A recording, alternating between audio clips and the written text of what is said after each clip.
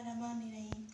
अस्सलाम वालेकुम। मैं हूं शबनम इब्रार। आज मैं आपको बिरयानी की रेसिपी सिखा रही हूँ। इसके लिए जिन चीज़ों की ज़रूरत है वो ये है। सबसे पहले आपने 1 किलो या 1.25 किलो आपने चिकन ले लेना है। थोड़ा सा आपने इसको सिरका और थोड़ा सा नमक लगा के ना आपने इसको रख देना है। और इसके बाद आपने ना इसको वॉश कर देना है। कोई 5 मिनट तक रखना है।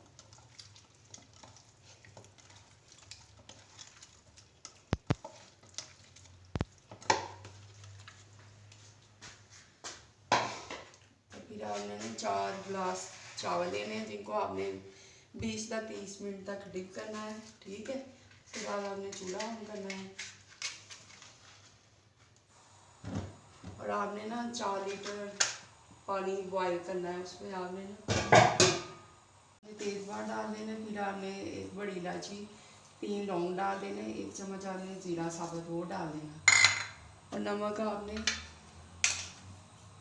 3 टीस्पून नमक डाल देना और इसको ना उबाला आने तक ज़रा इसका ना इंतज़ार करना।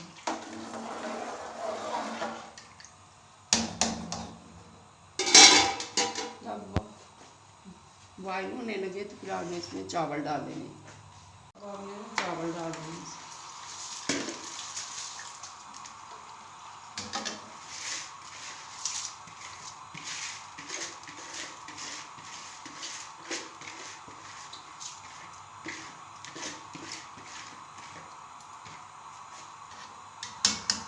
थोड़ा सा ऑयल आपने 1 टेबल स्पून और 2 टेबल स्पून आपने सिरका डाल देना इसमें बॉयल करते वक्त, ताकि ना चावल अलग अलग जाए।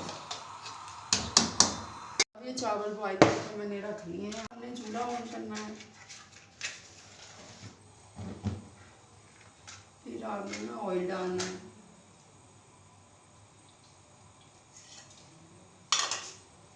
फिर आपने मैंने ना ये 3 प्याज लिए हैं बरीक बरीक, इनको ना काट लिया मैंने।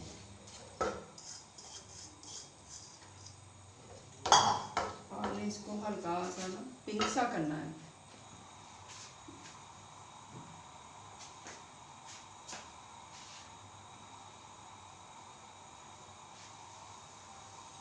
अब आपने इसको पिंक कर लिया। फिर आपने ना लहसुन अदरक डालना है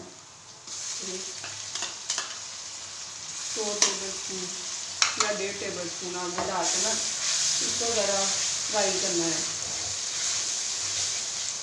इतना करना है इसके आपसे ना इससे ना कच्चापन ज़रा ख़त्म हो जाए।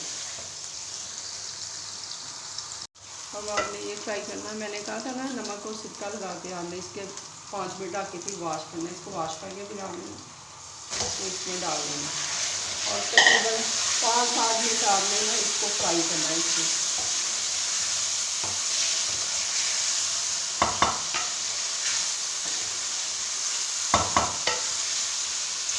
और आपने ना इसमें फ्राई करते वक्त आपने 1 टेबल स्पून आपने सिरका डालना है। इसलिए डालना कि ये ना चिकन टूटेगा नहीं, इसकी वजह से ना।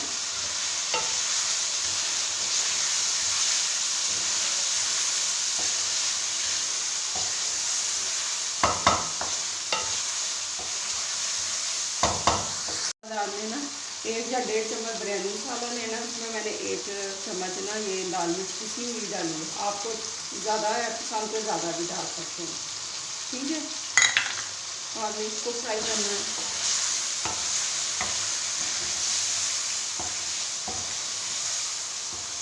दो तीन मिनट तक आपने इसको फ्राई करना है। 2 टमाटर मैंने बारीक काटे हैं, ये डाल देने आपने। ठीक है। अगर नमक थोड़ा है तो नमक भी आप इसमें डाल सकते हैं। इसको ज़रा फ्राई करना है।